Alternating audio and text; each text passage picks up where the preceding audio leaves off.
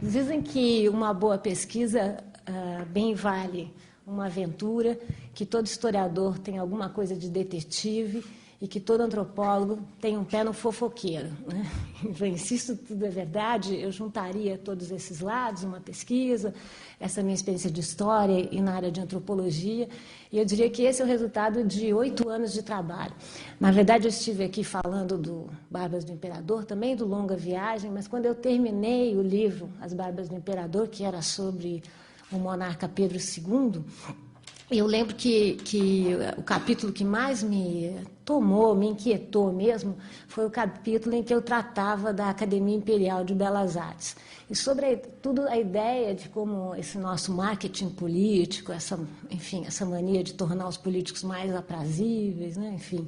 Disfarçar as olheiras, disfarçar as imperfeições do corpo para fazer um certo eufemismo, não era uma novidade nossa, mas que, na verdade, a realeza, os reis foram craques nessa ideia de marketing político. E comecei a analisar a importância da Academia Imperial de Belas Artes. No meio tempo, eu tive uma encomenda da Biblioteca Nacional, fiz o Longa Viagem da Biblioteca dos Reis, que contava a história, tinha personagens muito engraçados, que eram os bibliotecários, sempre muito mal-humorados, né? Eu lembro que eu lancei numa biblioteca aqui para... O Afonso queria que eu provocasse mais os bibliotecários locais, mas eu continuei fazendo a pesquisa. E como todo bom antropólogo, eu fui logo ao mito de origem, né? Então, o mito de origem da Academia Imperial de Belas Artes era esse movimento que todos nós conhecemos como a Missão Francesa, né? A Missão Francesa, todos nós aprendemos, né, que um belo dia, Dom João convidou uma série de artistas franceses para vir aqui representar a nação. Eu confesso para vocês que eu sempre desconfiei um pouco dessa história, né? Na minha santa ignorância, eu sempre perguntava por que os franceses, né? Afinal, se Dom João, até 1 ano, era inimigo confesso dos franceses, por que convidar artistas franceses? Eu comecei a ficar ainda mais intrigada com essa história quando eu passei a pesquisar nos documentos. Fui a Portugal, à Torre do Tombo, fui a Paris trabalhar um pouco nos arquivos do Instituto de França, da antiga Academia de Belas Artes, e comecei a me deparar com toda uma bibliografia estranha e comecei, sobretudo, a notar que se tratavam de artistas napoleônicos, né? A situação ia ficando mais complicada, né? Dom João não só convidava os inimigos, os franceses, como convidava artistas napoleônicos, ou seja, aqueles que estavam acostumados a representar, no limite, o corso, como ele era chamado, né? Ninguém falava o nome, mas o corso que teria levado Dom João ao Brasil. Uma série de documentos que eu fui encontrando foram me dando algumas pistas que levavam a outros momentos. Quando nós falamos em missão francesa, vem à mente imediatamente a figura do Debré, não é? Do Jean-Baptiste Debré, de maneira que todo mundo pensa que Debré foi quase que o único pintor, e além do mais que Debré teria sido uma espécie de etnógrafo do Brasil joanino e depois do Brasil do primeiro reinado. E eu comecei também a vasculhar um pouco os arredores dessa assim chamada missão. Uma coisa que foi ficando clara é que Debré não era o artista mais reconhecido. Debré tinha, na família, pintores de ambos os lados. Ele era primo de Boucher, que era um pintor rococó, que ele renegou, mas, por outro lado, ele era primo do grande Davi, né, do primeiro pintor de Napoleão, a quem ele se associou e, inclusive, fez parte do ateliê de Davi. Mas, estranhamente, o nosso Debré não fazia parte da academia, nem do instituto. Na época em que eu o encontrei, não pessoalmente, é claro, mas na época em que eu pesquisei nos seus arquivos, Debré fazia parte do ateliê de Davi, também tinha sido contratado como o primeiro pintor do irmão de Napoleão, que é nesse contexto, esse irmão mais novo de Napoleão era o rei da Westfália. Muito se falava desse reino da Westfália, e sobretudo desse irmão caçula de Napoleão, que diziam que de alemão só sabia dizer uma coisa: divirtam-se. Debré fazia parte desse reino e, nesse momento, Debré tinha acabado de perder o seu filho. Portanto, eu ia juntando as cartas e vendo, bom, Debré perdeu seu filho pintor, a ideia de que ele andava muito melancólico, porque não pensava que não existiria mais continuidade para sua família de pintores. E, por outro lado, não mais com a queda de Napoleão, ele teria perdido um emprego na Westfália e sabia que ele tinha recusado um emprego para ir à Rússia, sob a alegação de que fazia muito frio na Rússia, sabe a alegação. A mesma coisa Grandjean de Montigny, que também não fazia parte da academia, mas que era um arquiteto teórico, tinha produzido alguns livros importantes na época de arquitetura, e também estava na Westfália trabalhando para o irmão caçula de Napoleão. Também havia sido convidado para ir à Rússia, também não tinha topado. E aí me deparei com esse personagem chamado Nicolas Antoine Tonet. Fazem 8 anos que eu estudo Nicolas Antoine Tonet, de maneira que ele se transformou numa espécie de amigo íntimo, e eu, às vezes, oculto, de forma que eu leio as coisas que ele diz, às vezes eu digo, não, Nicolas, você não está dizendo isso. Eu digo, não, tudo bem, entendi, deixa disso. E comecei a ler os diários de Nicolas Antoine Tonet. Nicolas Antoine Tonet, que nasceu numa família ilustrada.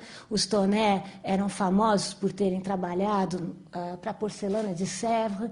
Eles, inclusive, inventaram uma cor especial, que até hoje eu fui a famosa, tradicional porcelana de Sèvres, que era a porcelanaria dos monarcas franceses. Eu estive lá, e se você vai lá e pergunta, façam isso, qual é a cor Tonet, e eles apresentam orgulhosamente o carmim Tonet, que é uma cor vermelha, vermelho que eu pus nas paredes do Museu de História de Belas Artes do Rio de Janeiro, onde está acontecendo a exposição do Tonet, e comecei a descobrir um pouco essa família. A família Tonet tinha, na época, uma biblioteca de mais de 100 livros que eu pude visitar.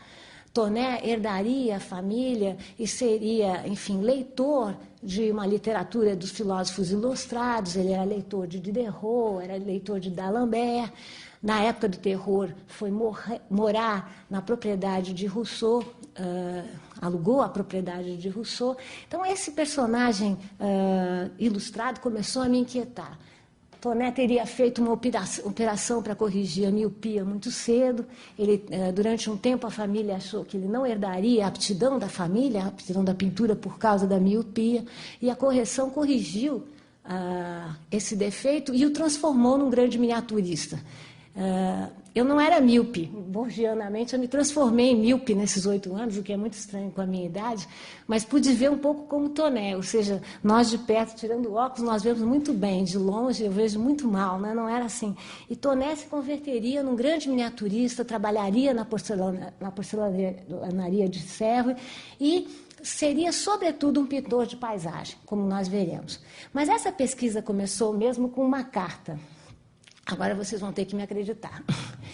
Quando eu estava no Museu Imperial, eu me deparei com essa carta assinada pelo Nicolas Antoine Tonet. Nessa carta, o Nicolas Antoine Tonet se apresenta como um pintor acadêmico, um pintor formado pela Academia Francesa, como ele era. A Academia era um porto seguro para Tonet. Tonet sempre fez parte da Academia, esteve em Roma, percorreu Roma, ganhou o prêmio, depois voltou, participava assiduamente dos salões a cada ano. E eu leio essa carta. Como vocês podem notar, essa carta não tem timbre e também não tem data. Essa é a famosa cilada do historiador, ou seja, é preciso apostar, né? A carta, diz aí que ele se apresenta como um pintor, se apresenta a Dom Pedro, a Dom João. Eu encontrei 2 cartas para Dom João e uma carta endereçada à esposa de Dom João, Carlota Joaquina, e ele diz, enfim, se oferece como pintor da corte, como preceptor das princesas, e ainda diz: tenho 60 anos feitos e cabelos brancos. Aqui ele é mais novo, mas já tinha cabelos brancos. E diz Tonet: não oferecerei nenhum perigo às princesas. Vejam que ele se oferecia como pintor, e eu tinha esse sujeito nas mãos, falava, gente, o que é que esse sujeito está se oferecendo? E, sobretudo, quando foi postada essa carta? Essa era uma dúvida que me perseguiu durante toda a pesquisa, e já adianto para vocês, eu não vou responder, não consigo ter certeza. Ela poderia ter sido postada da França, E se ela tivesse sido postada da França, como diz a bibliografia mais tradicional, Donato Mello e toda uma bibliografia, se essa carta tivesse sido postada da França, isso jogaria mais areia no moinho da explicação tradicional de que a missão se montou ainda na França. Então, ele da França teria escrito pedindo para trabalhar no Brasil. Mas essa carta, que guarda uma certa intimidade, poderia ter sido escrita no Brasil. E se tivesse sido escrita no Brasil, a história seria um pouquinho diferente. Foi um pouco tendo essa carta em mente, e essas duas possibilidades, ou seja, Toné escreveu na França, logo após o Congresso de Viena, logo após a derrota de Bonaparte, isso era claro. Ou ele já escreveu quando chegou no Brasil e a carta de emprego, o que também complicava, porque se era uma missão francesa, como é que cada um vai se oferecendo? Pelo lado que eu olhasse, a história estava complicada.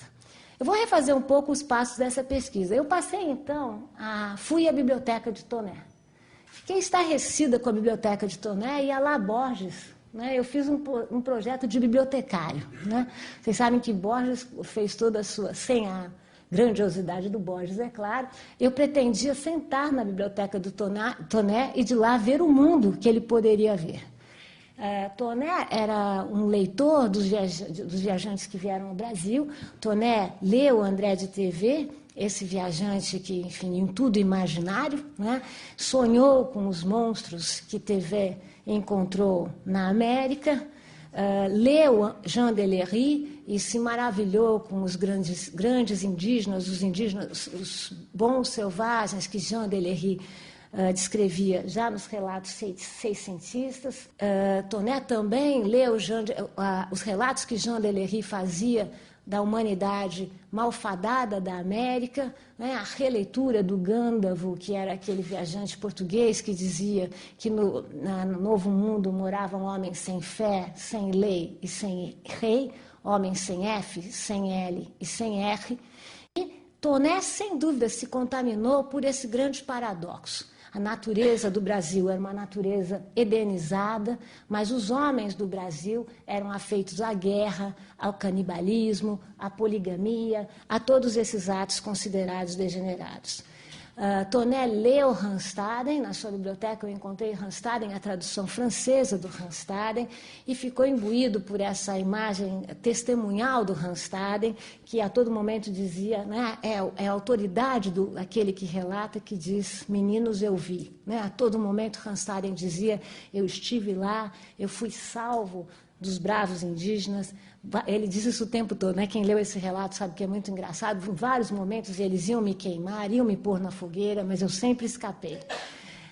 Toné também leu Winkelmann, que é um autor holandês, enfim, que esteve no Brasil, cujo livro foi traduzido para o francês e que trazia esse mundo paradoxal, do novo continente, essa nova terra povoada por essa gente tão estranha, esses homens tão estranhos e tão asselvajados, mas, enfim, passível de civilização, desde que os europeus chegassem a tempo de civilizar esse novo mundo.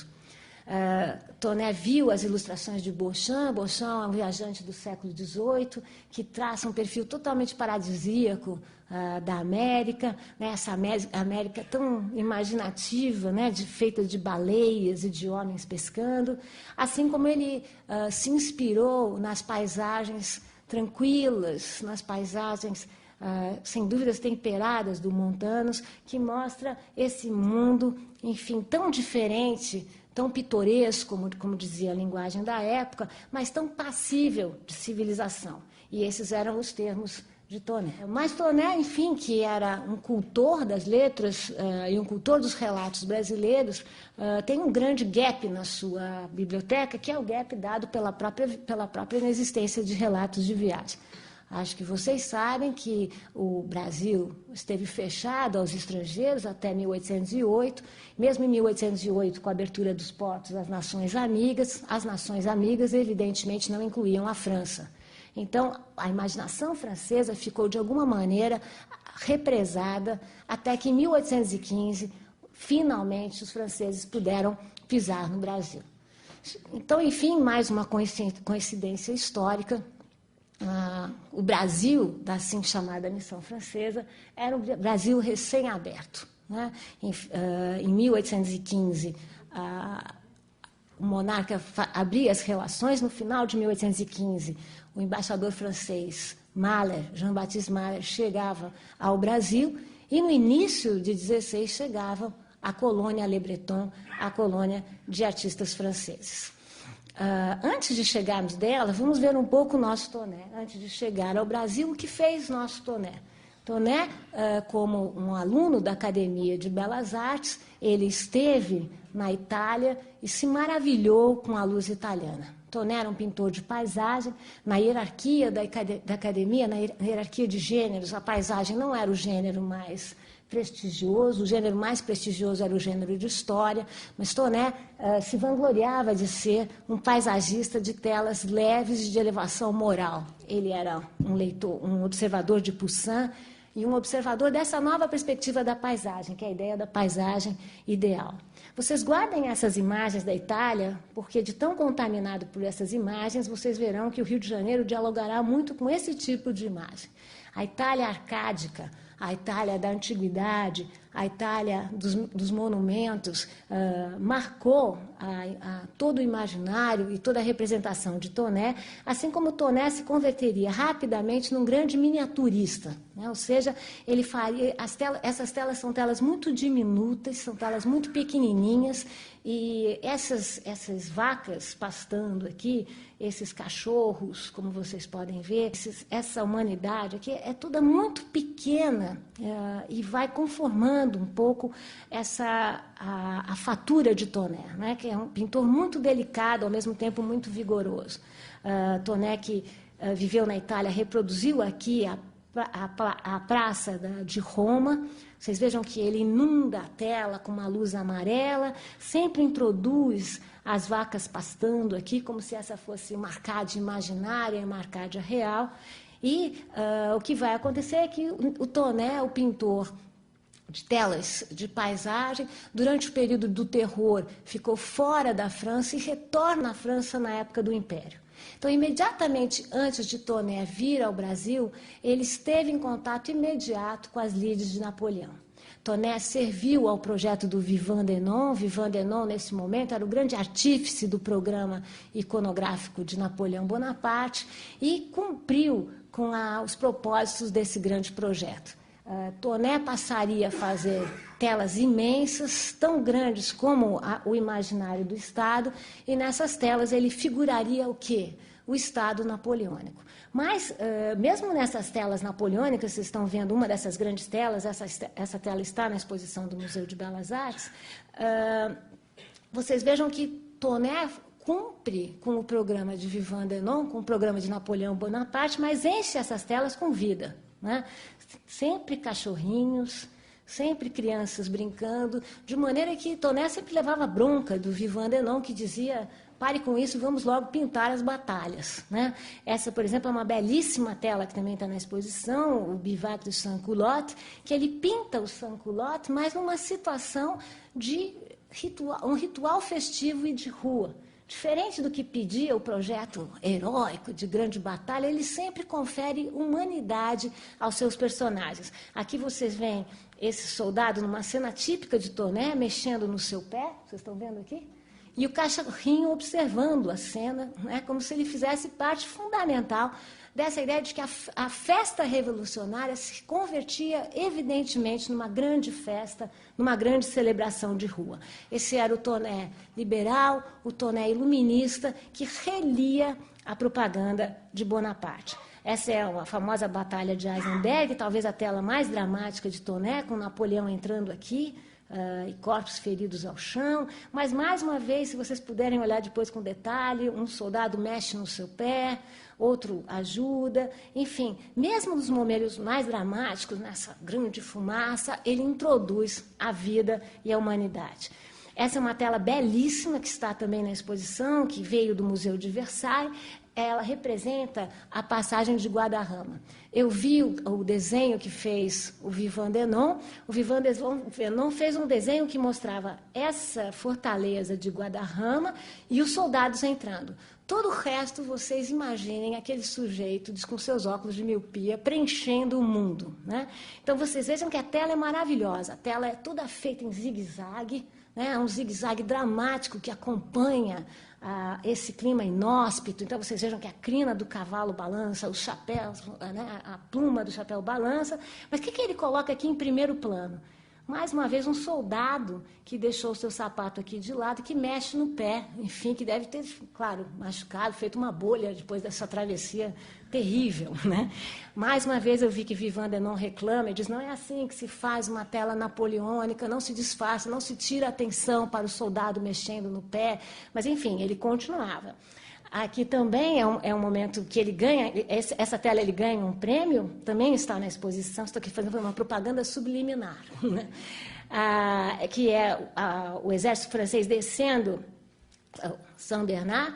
Vocês vejam de novo esse clima muito bravo, né? A neve tomando tudo. Ele é um mestre, né? Um mestre na técnica, esse cuidado com a árvore, o cuidado com a temperatura, as marcas do exército estão por toda parte. E, mais uma vez, vocês vejam aqui o soldadinho com problema nos pés, e esse cachorro é muito engraçado, que é um cachorro todo coberto de neve, né? Enfim. E sempre os cachorros são os grandes observadores, né, das cenas grandiosas e napoleônicas. Então, enfim, esse nosso toné é um toné que vai se acomodar aos novos tempos, né? Vai ser uma expressão desse termômetro de temperatura elevada que fazia parte né, desse contexto do Império Napoleônico, do Império de Bonaparte, mas sempre fazia com muita intimidade, com muita especificidade. É nesse momento, no momento da queda de Napoleão, do final do Império Napoleônico, e no momento que ficou conhecido como Terror Branco, ou então, quer dizer, nos momentos da regeneração, da volta dos Bourbon, da volta, né, do começo de Luís XVIII, que nós sabemos que vários bonapartistas começaram a ser perseguidos. O nosso grupo não escapou a essa cena, né? Debré perdeu o seu emprego na Westfália, Grandjean de Montigny igualmente, e o chefe desse grupo, que nós não falamos ainda, o Joaquim Le Breton, que era, na época, nada mais, nada menos do que o secretário perpétuo do Instituto de França, estava com seu emprego colocado a prego. Nessa época, o Le Breton se imiscuiu numa discussão ultramoderna, vocês vão reconhecer, porque ele teve um debate público com o Wellington. Le Breton, como secretário perpétuo do Instituto, era defensor das peças conquistadas. Vocês imaginam o que são as peças conquistadas? São as peças que vieram com a guerra, né? Enfim, as conquistas trouxeram muitos Rafael, Caravaggio e tudo mais. Enfim, e nessa época, quando todos esses países, sobretudo Roma, reclamavam que as peças voltassem às nações de origem, Le Breton foi a público, fez um grande debate que saiu em todos os jornais e disse, na frente de Wellington, que os ingleses haviam roubado muito mais do que os franceses. Então, que era a hora dos ingleses começarem a devolver, que depois os ingleses devolveriam, os franceses devolveriam. É claro que Le Breton não era bom estrategista, porque a maré estava muito mais para a Inglaterra do que para a França, e esse era o final do poderoso Joaquim Le Breton, que era o chefe do Instituto da antiga academia. Le Breton, nessa época, teria conhecido Humboldt, o famoso naturalista, que tinha percorrido boa parte da América, mas não tinha entrado no Brasil. Vejam como toda a história precisa de um pouco de coincidência. O Evaldo Cabral de Mello sempre disse que na história o acaso não existe, mas apesar de ter coordenado o livro dele, eu discuto, porque eu vou falar de grandes acasos aqui. Nesse ano, o livro de Humboldt havia sido traduzido. O livro História da América contava da experiência de Humboldt aonde? No México e na Academia do México. Humboldt era colega de Le Breton e animou Le Breton a vir ao Brasil fundar uma academia.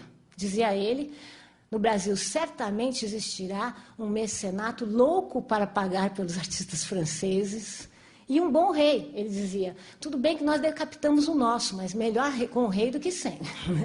Enfim, vocês vejam que eles vêm ao Brasil com propaganda enganosa de Humboldt, pelo menos o dono da propaganda era... E, enfim, e supondo que no Brasil eles encontrariam uma academia. A situação é tão dramática que na última sessão do Instituto de França, que ocorre em dezembro de 1815, Le Breton lê a carta de Tonnet. Tonnet diz: peço licença por 6 meses da academia, porque vou a um país que muito me inspirará. E, na mesma ocasião, diz a ata, Le Breton diz, eu também vou. Agora, vocês imaginem a situação, ou seja, o vice-presidente da classe, que era Tonnet, e Le Breton partem no mesmo dia. Ora, o que tinha acontecido com Tonnet?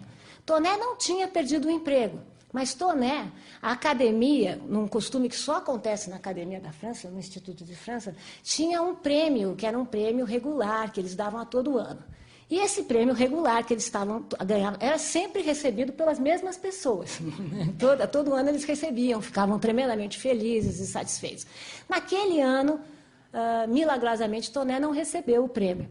E um dos seus filhos, o Charles, que era do Exército, irrompe abaixo numa sala, e, enfim, Wellington, que estava de novo naquela sala, já cheio, né, do discurso do Le Breton, acha que aquilo é um golpe de Estado, prende o filho do Tonnet, e Tonnet percebe que era hora de partir. A documentação mostra que foram os artistas franceses que se autoconvidaram para vir ao Brasil. Durante todo o tempo, em toda a documentação, se vocês quiserem nas perguntas eu explico melhor, o governo português acede, mas a todo momento o Chevalier de Brito, Cavaleiro Brito, como ele assinava, diz: Monsieur Le Breton, saiba que esse projeto é todo seu. Ou seja, eu não quero dizer que porque eu fui muito mal entendida, porque eu cheguei no Rio, eu estava dando aula em Colômbia, cheguei lá para dar uma palestra na academia e abro o Globo e diz assim: historiadora diz, missão não existe. Não é isso. Não é dizer que não existiu missão. O que eu quis mostrar, enfim, é que não existiu um projeto palaciano. Nesses tempos de 200 anos de D. João, em que nós temos esse princípio, enfim, quase fundamentalista, nós estamos tomando a consequência como causa. Que D. João se aproveitou da vinda dos nossos pintores, eu não nego. Que D. João pagou para que eles ficassem, eu também não nego. O que eu nego? Primeiro, que se chamava missão. Esse nome tem data. E quem deu foi o bisneto de Tonnet, Scragnoli Tonnet, em 1916, que deu esse nome, missão. Se vocês forem ler Debré, no Viagem Pitoresca, ele não fala em missão em momento nenhum. Ele fala em colônia, em grupo, nunca em missão. E a ideia de missão parece uma missão religiosa, né? Vou trazer a luz, trazer a civilização. O fato é que esse grupo chega ao Brasil e aí dá-lhe uma coincidência, né? Eles aportam, leiam o Debré, e quando eles chegam no porto do Rio de Janeiro, eles não conseguem entrar e veem que tem um monte de fogos, né? E eles não sabiam se eram fogos ou se eram bombas, né? Dizem eles que ficaram apavorados achando que a guerra tinha saído da França e chegado no Brasil, né? Que azar, né? Ou seja, saem. Mas, na verdade, foi uma coincidência. No momento, no dia em que os artistas franceses chegam, era o dia em que Dona Maria I finalmente tinha falecido, né? E eu digo finalmente porque D. João tardou para conseguir essa coroa, né? Também ficamos para as questões, se vocês quiserem. E, enfim, e os artistas foram empregados no quê imediatamente? Nas exéquias de Dona Maria. E depois foram empregados no quê? Na coroação de D. João, em 1818, depois da Revolução Praieira. E, por fim, no casamento de D. Pedro, primeiro, né, com Dona Leopoldina, depois com Dona Amélia. Ou seja, eles foram incorporados na agenda do Estado. Esses eram artistas do Estado, a academia preparava batalhões de artistas para servir ao Estado, e eles fariam isso. Fariam não só pinturas, como construiriam uma série de arquiteturas efêmeras, que são as famosas pirâmides, arcos do triunfo, que eram feitos só para cair. E nós, Tonnet? Tonnet, que vinha ao Brasil em busca da paisagem, acabou se isolando. Ele não gostava de nada do que viu aqui, dizia que o ambiente era tacanho, que ninguém gostava de cultura, de pintura então nem se falar, enfim, que ninguém sabia o que era uma tela. O que acontece? Tonnet vive no Brasil a sua licença na França. Então, no Brasil, ele sempre foi um artista francês. E as pinturas de Tonnet expressaram a ambivalência que ele viveu. Tonnet comprou uma propriedade na Cascatinha da Tijuca, teve escravos e reclamou o tempo todo de que era obrigado a ter escravos nessa terra. Essa ambivalência em relação à escravidão, ou seja, um ilustrado que compra escravos e tem que se haver ele próprio com essa situação, transparece nas telas de alguma maneira. Porque Toné era um bom, como eu disse, era um bom miniaturista, o que ele fará? Toné, na minha opinião, jamais, como diz Lévi-Strauss em Tristes Trópicos, nem todos viajam. A viagem é uma ilusão. Algumas pessoas viajam para apenas encontrar o que já previamente conhecem.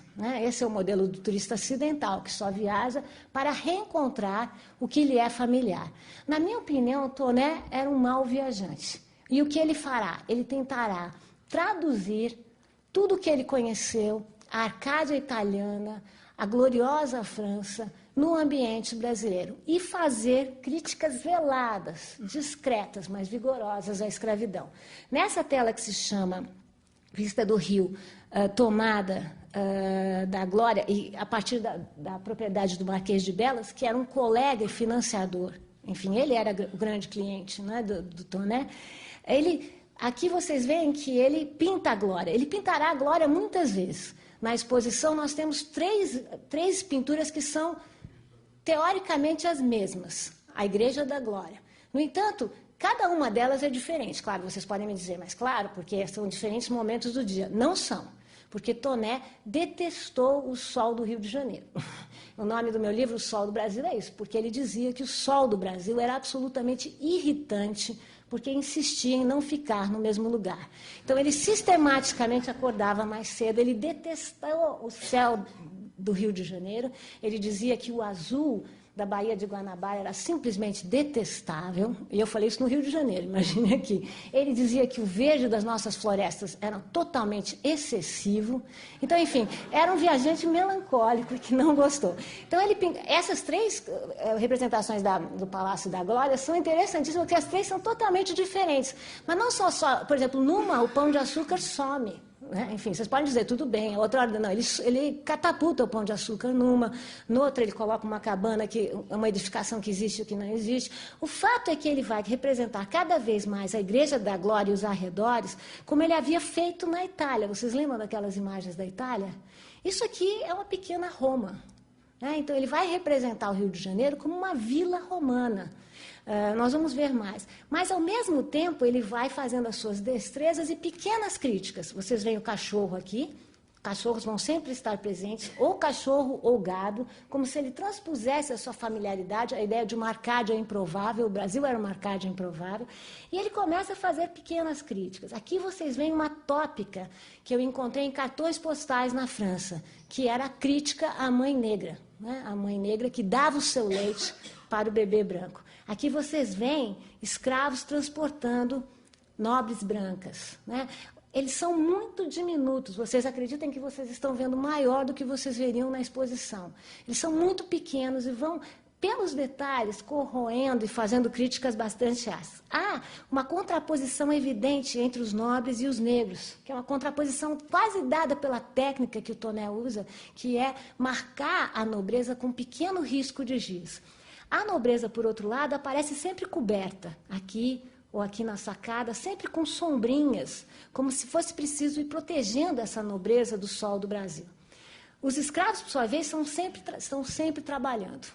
Quer dizer, eles trabalham aqui, essa cena aqui é maravilhosa. Aqui vocês veem, essa é uma tela que veio de uma biblioteca de Washington, da Biblioteca Oliveira Lima, e é o Largo do Machado.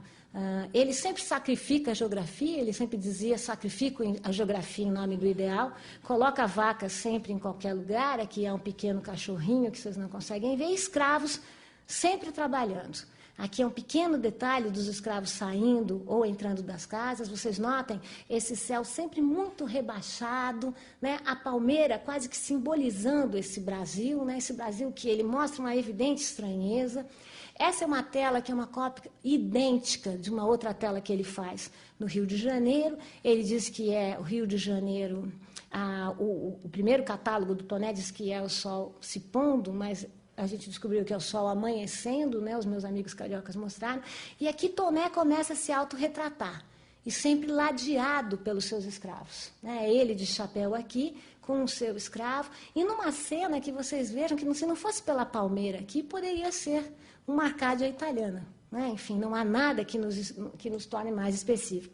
Vejam como Toné coloca vacas pastando em terrenos improváveis. Sempre esse ambiente plácido, calmo do Rio de Janeiro, não há nenhuma nuvem, mas enfim, não há nenhuma montanha. Ele faz cenas de festas galantes no meio da floresta. Vocês veem aqui a pequena vila do Rio de Janeiro a fundo, a palmeira, que é símbolo do Novo Mundo, bem ao meio, as vacas e aqui os nobres que estão sempre com suas sombrinhas e 2 escravos, um aqui e outro aqui, colocados estrategicamente, observando a cena e trabalhando. Aqui mais uma cena do Rio de Janeiro, que sabemos que é o Rio de Janeiro por causa dos acidentes geográficos, mas se vocês olharem bem, os escravos são quase napolitanos. Né? Enfim, de novo, essa mistura de códigos e de universos culturais.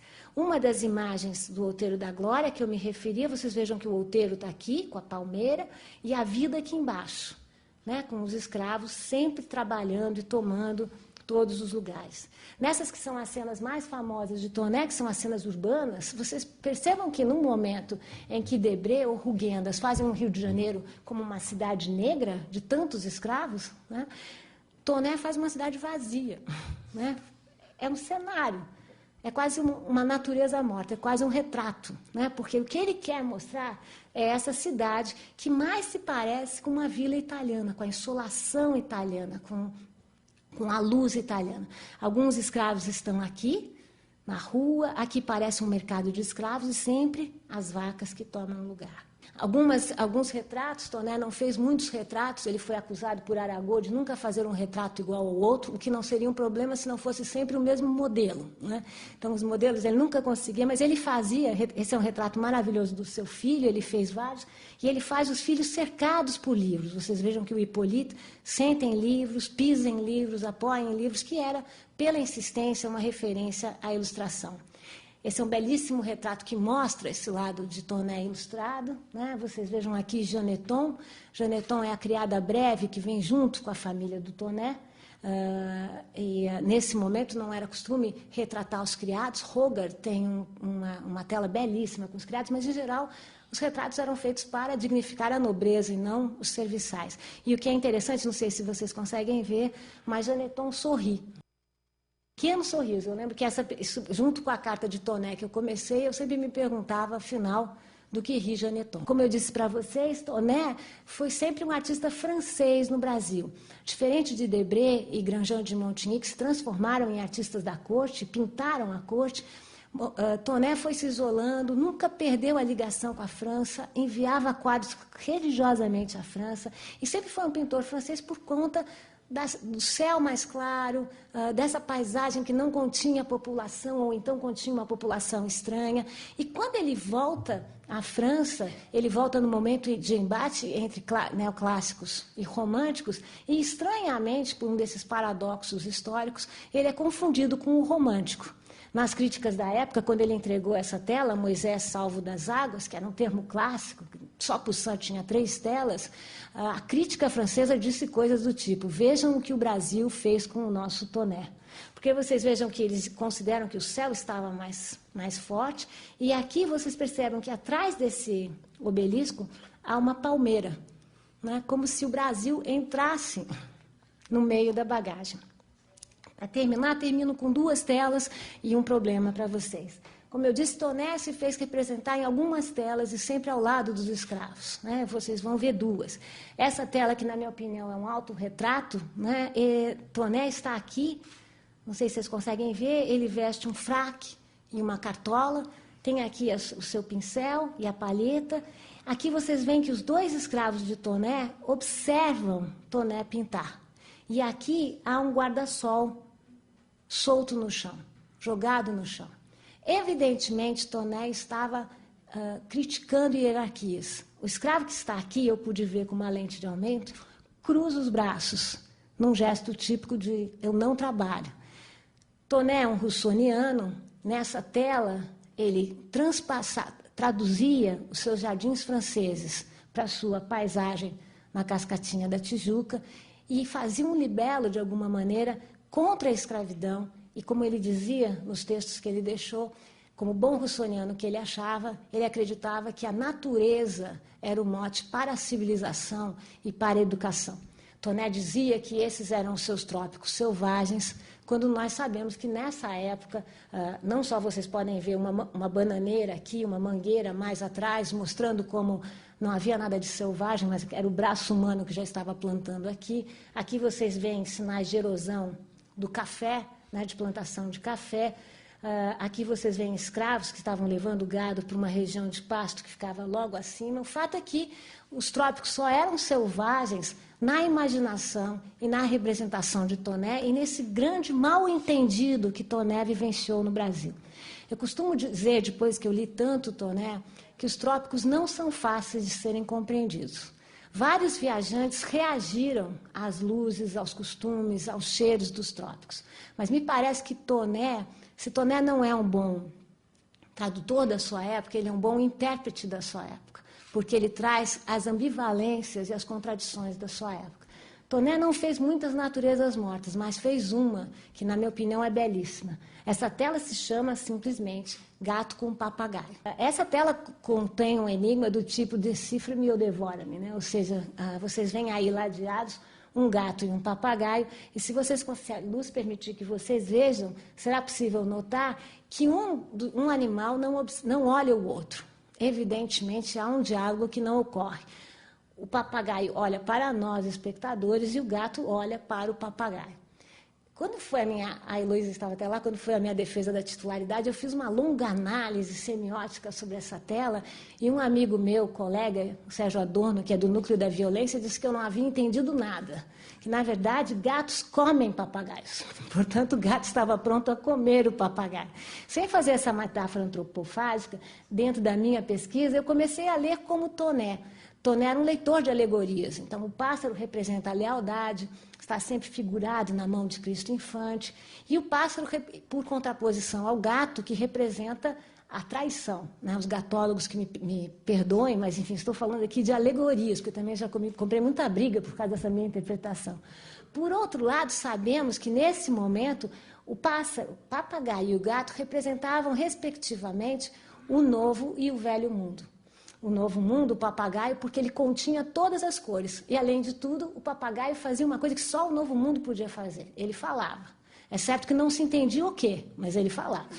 Já o gato é um animal, enfim, de duas cores, de cores monótonas. Portanto, havia uma contraposição aí e sempre foi representado, desde o Egito, como um animal que simbolizava o velho mundo.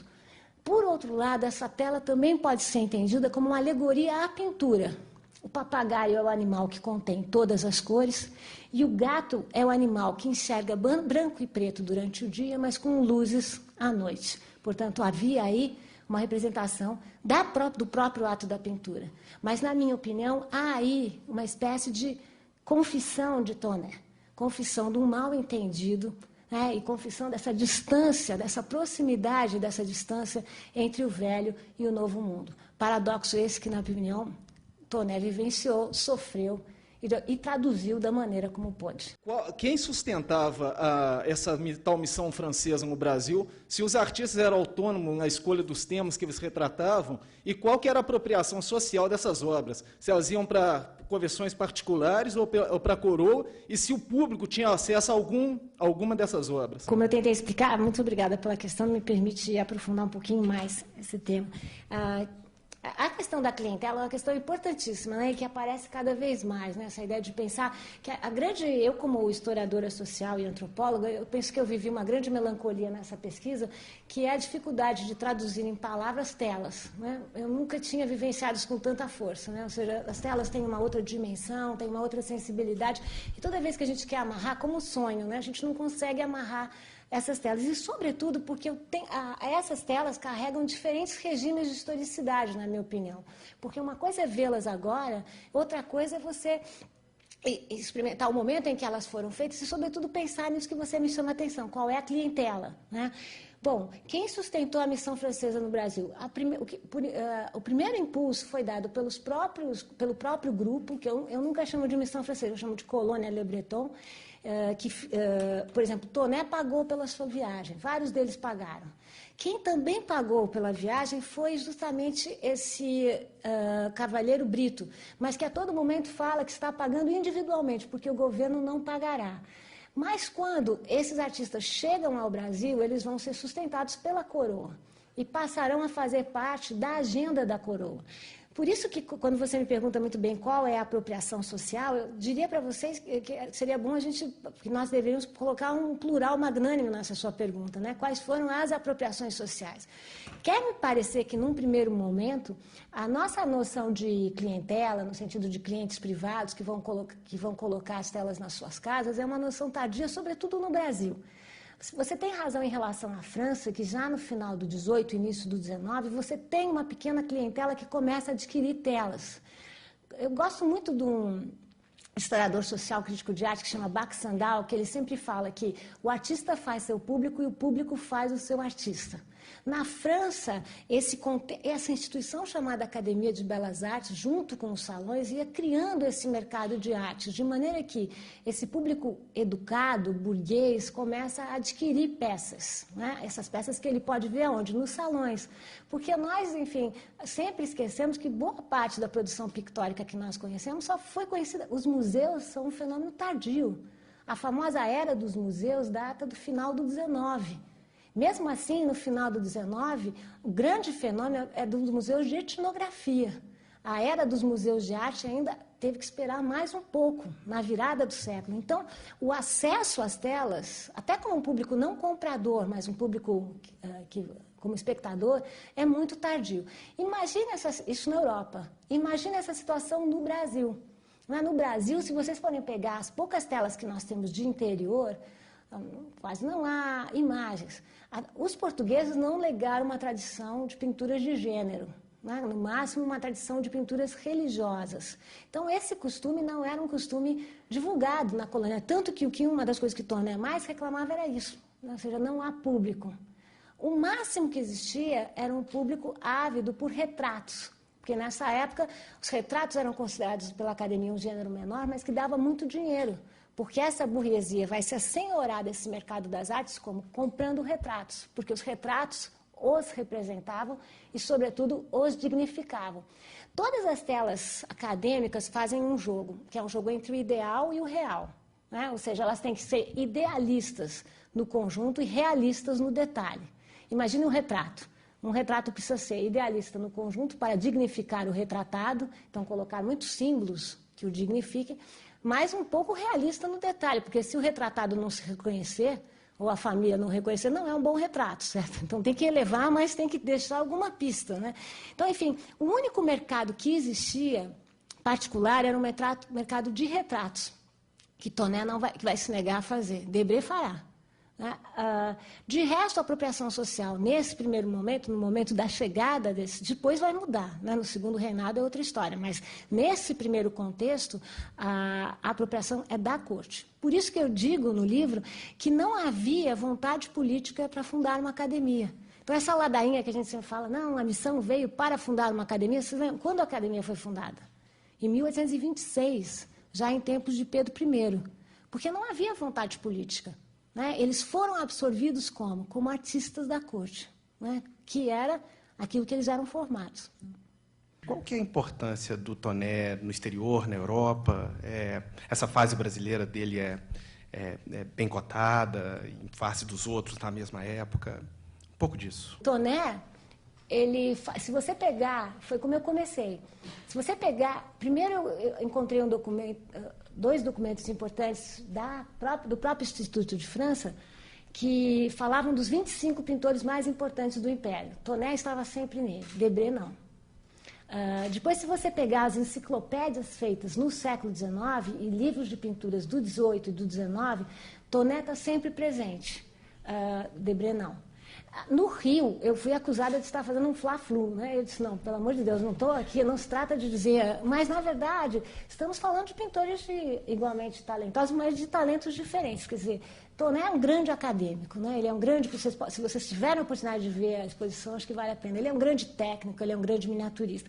E ele era reconhecidamente um bom pintor. Ele não era Davi, mas nunca quis ser Davi. Mas ele, por exemplo, compartilhava da intimidade de Joséphine. Ele foi contratado várias vezes, eu achei os documentos do Joséphine, daquele palácio, do Chateau que ela monta, e ele foi convidado a fazer a parede lateral, o que era muito. Né? Ele também fazia parte frequentemente do júri, junto com Davi, para avaliar os prêmios do salão. Então, eu fui cruzando vários elementos de maneira a mostrar, a ter certeza da importância de Tonet. De fato, não só ele tinha importância, como pertencia a uma família reconhecida, como fazendo parte das artes. E a fase brasileira, ótima questão.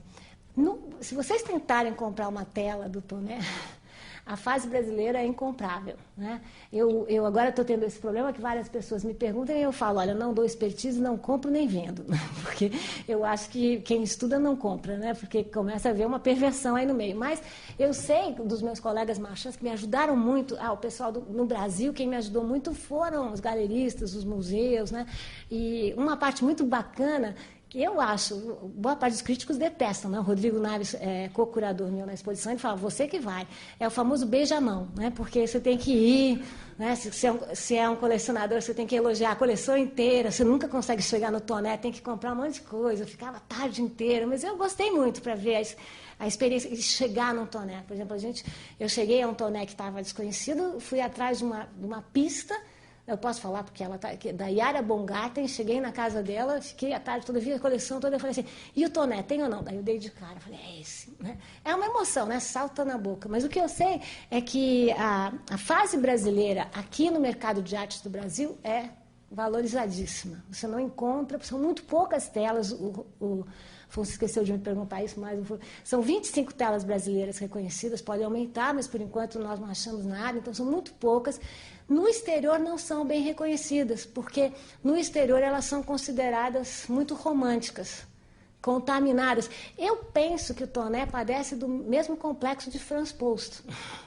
Quanto mais eu vejo... Franz Post também fez esses céus mais rebaixados, colocou muitos escravos diminutos, lembram? E também no mercado externo sofreu com as pinturas brasileiras. Né? Então é interessante pensar, uma coisa que eu sempre digo que Tonet era um artista francês no Brasil e virou um artista brasileiro na França. Então ele virou, como todo mau viajante, um viajante entre dois mundos, né? Não estando em lugar nenhum. Né? Um gato e um papagaio. Como gato e papagaio.